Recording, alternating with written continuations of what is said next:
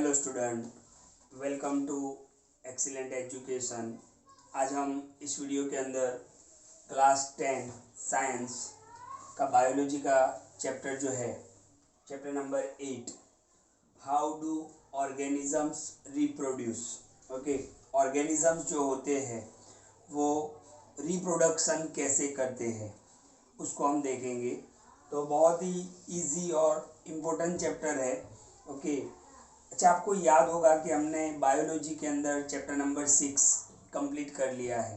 Okay, उसके videos अगर आपने नहीं देखे हैं तो एक बार ज़रूर देख लें। उसके वीडियो आपको उसके सारे पूरे चैप्टर के जो वीडियो है उसका जो लिंक है वो डिस्क्रिप्शन बॉक्स के अंदर है, आप वहाँ पर जाके देख सकते हो। ओके, प्लेलिस्ट से आप देख सकते हो सारे वीडियोस चैप्टर नंबर 6 के।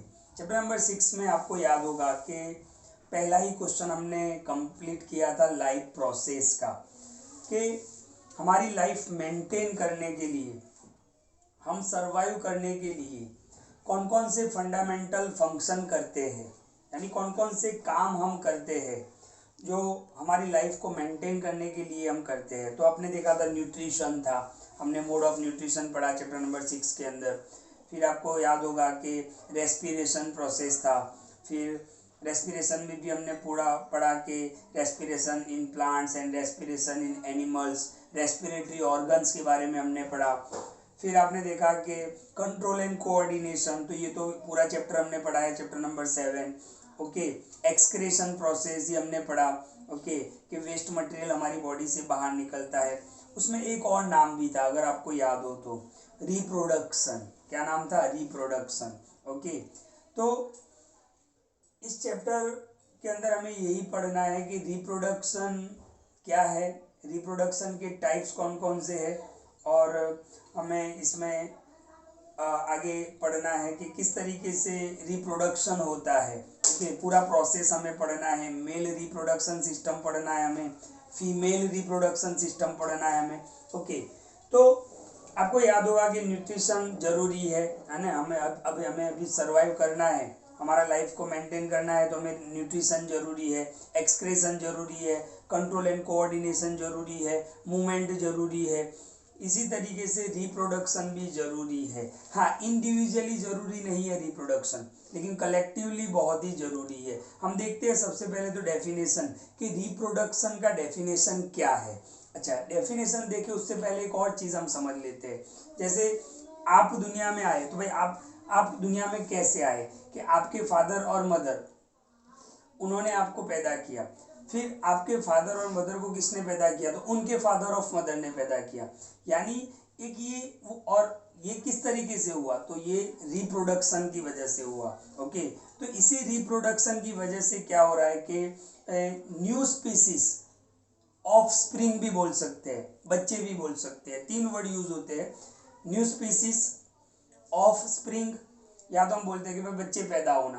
तो ये रिप्रोडक्शन से ही होता है। अब अलग अलग ऑर्गेनिज्म में रिप्रोडक्शन का प्रोसेस अलग अलग होता है। तो सबसे पहले हम देखते हैं what is called reproduction. Okay, तो रिप्रोडक्शन क्या है। ओके, तो ध्यान से देखना कि reproduction is a process, reproduction एक ऐसा प्रोसेस है इन विच, अब देखो, इन विच अ लिविंग ऑर्गेनिज्म, जो लिविंग ऑर्गेनिजम्स होते हैं, प्रोड्यूसेस न्यू लिविंग ऑर्गेनिज्म, जो लिविंग ऑर्गेनिजम्स होते हैं वो नया ऑर्गेनिजम्स प्रोड्यूस करते हैं ऑफ इट्स ओन काइंड, उसके जैसा ही।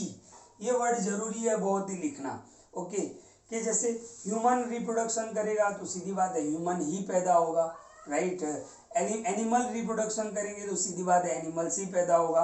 ओके, तो ये बहुत जरूरी है, इट्स ओन काइंड। तो व्हाट इज कॉल्ड रिप्रोडक्शन, तो रिप्रोडक्शन एक प्रोसेस है in which living organisms produce another living organism, या तो new living organism of its own kind, अपने जैसा ही। ओके, तो इसको हम क्या बोलेंगे, रिप्रोडक्शन बोलेंगे। अच्छा, लाइफ एसेंशियल प्रोसेसेस कौन से है, तो भाई न्यूट्रिशन है, कंट्रोल एंड कोऑर्डिनेशन है, मूवमेंट है, एक्सक्रेशन प्रोसेस है। लेकिन अगर रिप्रोडक्शन की बात करें कि reproduction is not a necessary to maintain the life of an individual. Particular मान लो कि पूरी दुनिया के अंदर से 2-4 बंदे है ना, 2-4 लोग अगर ये डिसाइड करेंगे कि हम रिप्रोडक्शन नहीं करेंगे तो पूरी दुनिया खत्म नहीं हो जाएगी। तो इंडिविजुअल लेवल पर रिप्रोडक्शन जो है वो जरूरी नहीं है, आप समझ लो। ओके, कि कोई इंसान है वो डिसाइड कर ले अगर कि मैं रिप्रोडक्शन नहीं करूंगा तो पूरी दुनिया खत्म नहीं हो जाएगी। यानी इंडिविजुअल लेवल पर रिप्रोडक्शन जरूरी नहीं है, लेकिन पूरी दुनिया ही अगर रिप्रोडक्शन बंद कर दे तो नेक्स्ट जनरेशन नहीं आएगा, न्यू स्पीसीज नहीं आएंगे, दुनिया खत्म हो जाएगी। क्यों? क्योंकि जो ऑर्गेनिजम्स होते हैं, लिविंग ऑर्गेनिज्म, उनका लाइफ स्पैन क्या होता है, लिमिटेड होता है। ओके, और हमें पता है कि भाई once who born must die, जो पैदा होता है उसको एक दिन मरना ही है। तो अगर रिप्रोडक्शन बंद हो जाएगा तो क्या होगा, ये लाइफ ही पूरा हो जाएगा, यानी अर्थ पर जो लाइफ है वो पूरा हो जाएगा।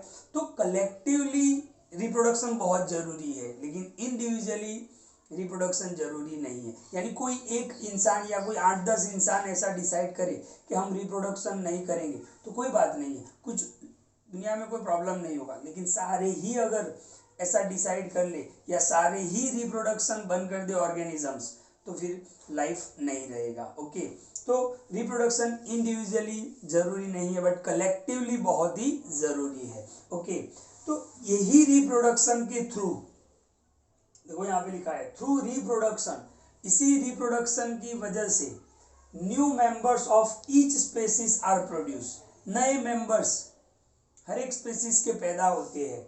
And continuity of life is maintain, और कंटिन्यूटी जो है लाइफ की जो है वो मेंटेन होती रहती है। तो रिप्रोडक्शन कलेक्टिवली बहुत ही इंपॉर्टेंट है, राइट। ओके, एक और चीज देखते हैं कि ये रिप्रोडक्शन जो होता है ना वो अलग अलग ऑर्गेनिज्म में अलग अलग टाइप का होता है। तो यहाँ पर आप पहले क्लियर कर लो डेफिनेशन। ये इंट्रोडक्शन वीडियो है कि भाई रिप्रोडक्शन का इंपॉर्टेंट क्या है, रिप्रोडक्शन क्या है। तो reproduction is a process in which living organism produces new living organism of its own kind. मैंने पहले ही बताया इंसान का बच्चा इंसान ही होगा, एनिमल्स के बच्चे एनिमल्स ही होंगे। ओके, तो ये इट्स ओन काइंड। ओके, तो एसेंशियल प्रोसेस कौन कौन से है, न्यूट्रिशन है, रेस्पिरेशन है, एक्सक्रेशन है। रिप्रोडक्शन जो है वो इंडिविजुअल लेवल पर जरूरी नहीं है बट कलेक्टिवली रिप्रोडक्शन बहुत जरूरी है, क्योंकि लाइफ को आगे चलना है, right. Through the reproduction new members जो है वो प्रोड्यूस होते हैं और कंटिन्यूटी ऑफ लाइफ क्या होती है, मेंटेन होती है। ओके, ऑफस्प्रिंग, ये जो हमने बताया ना कि भाई नए स्पेसीज आना, नए ऑर्गेनिज्म आना, उसको हम ऑफस्प्रिंग भी बोलेंगे। ओके, तो ये वर्ड भी आपको याद रखना है, ऑफस्प्रिंग। Okay, clear. और इसी रिप्रोडक्शन की वजह से जो कंटिन्यूटी है, वो जो चेन है वो चालू रहता है। यानी हम देखो तो जनरेशन के बाद जनरेशन, जनरेशन के बाद जनरेशन, ये आता ही रहता है। तो रिप्रोडक्शन कलेक्टिवली बहुत ही जरूरी होता है। ओके, अगर रिप्रोडक्शन नहीं होगा तो क्या होगा। अब अभी मान लो कि अभी दुनिया के अंदर रिप्रोडक्शन बंद, तो क्या होगा, अभी जितने भी लोग हैं उनका लाइफ स्पेन कितना होगा, 60 ईयर्स, 70 ईयर्स, 80 ईयर्स, 100। ओके, जो है वो सारे लोग खत्म हो जाएंगे, रिप्रोडक्शन बंद हो जाएगा, तो धीरे धीरे ये यहाँ पे अर्थ पे लाइफ भी क्या हो जाएगा, पूरा हो जाएगा। तो रिप्रोडक्शन बहुत ही जरूरी है। तो इस वीडियो को बिल्कुल ध्यान से देखें। ओके, पहले तो हमने यहाँ पर इंट्रोडक्शन पार्ट लिया है, नेक्स्ट वीडियो के अंदर हम रिप्रोडक्शन के टाइप्स की बात करेंगे कि रिप्रोडक्शन कौन कौन सी टाइप्स का होता है। ओके, फिर इसमें हम आगे बढ़ेंगे। तो ये है फर्स्ट वीडियो इस चैप्टर का। ओके, व्हाट इज रिप्रोडक्शन और रिप्रोडक्शन का इंपॉर्टेंस क्या है।